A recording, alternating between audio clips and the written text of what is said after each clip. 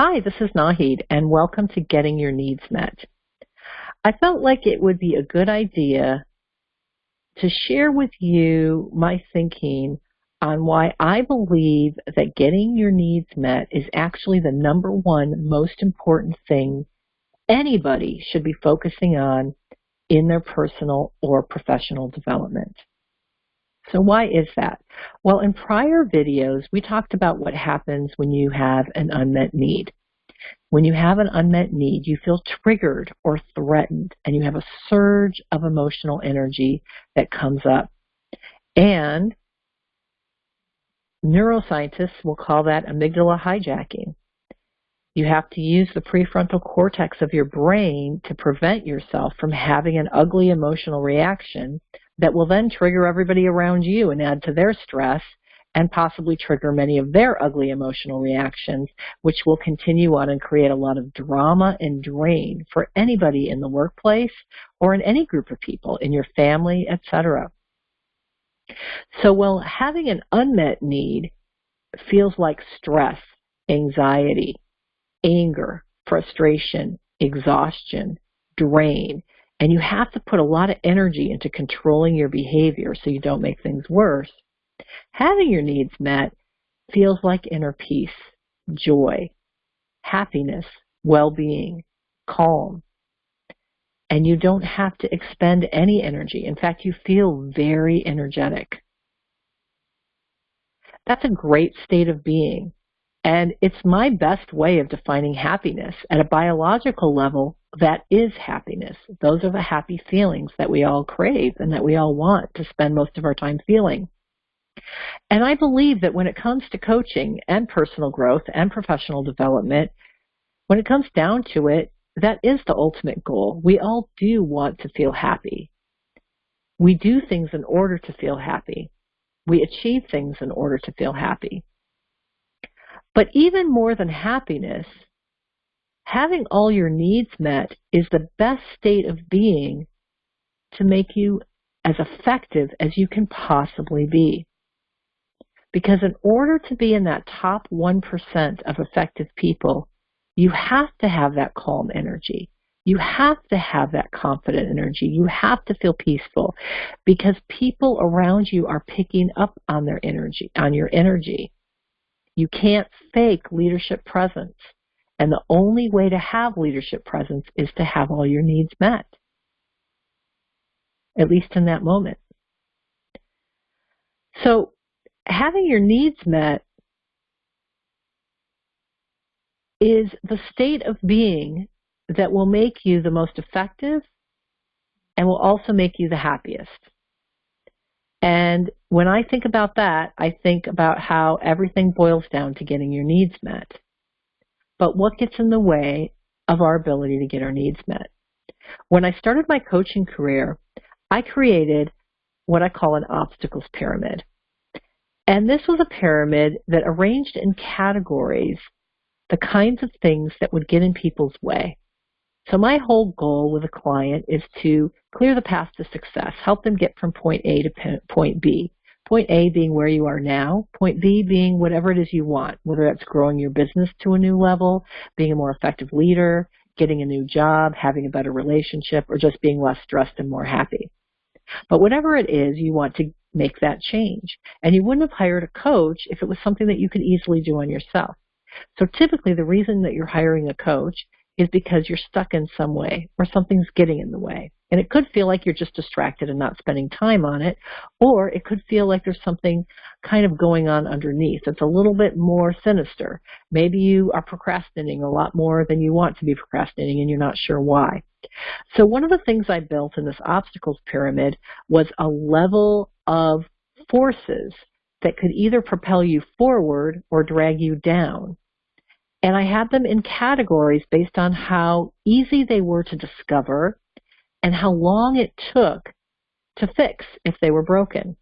So at the top would be clarity, and that was the thing that we would call the tip of the iceberg, or what people mostly saw when they came to coaching. They would say things like, help me figure out how to make this decision, or let's create a plan together, or can you tell me what the next steps are? What is it that I should do? Those are the questions that are coming up. It feels like lack of clarity. But even when people had a plan, that wasn't enough. Most people who had plans couldn't execute on them, didn't stick to them, and that was the real problem. So then we would go one level deeper and look at habits. And a lot of times, habits would help. If you had habits that helped you do the things that you needed to do to execute your plan and do them consistently, then that was a force that propelled you forward towards success. But if you had habits that worked against your plan, that would be a force that blocked you. Habits was fairly visible, though. You could actually look at habits and see them. You could see your habits. And it took about maybe 3 weeks to 3 months to develop new habits or eliminate old habits if you put the effort in. Underneath, I had a category of relationships, and that talked about your network, also your identity and your role in your relationships with people and how that affected your ability to make changes in yourself.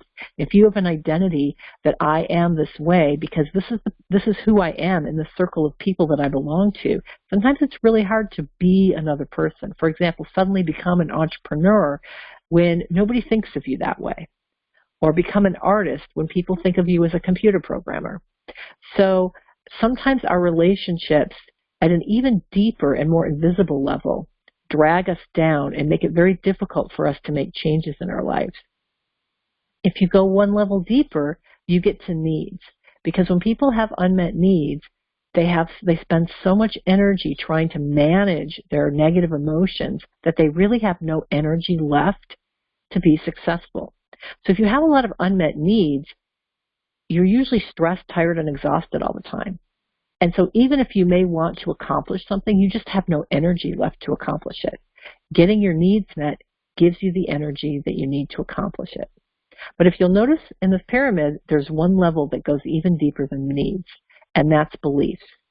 And that's because if you have a belief about how the world works, and that belief says that you will be unable to achieve whatever goal it is that you have, then your belief will act like a self-fulfilling prophecy.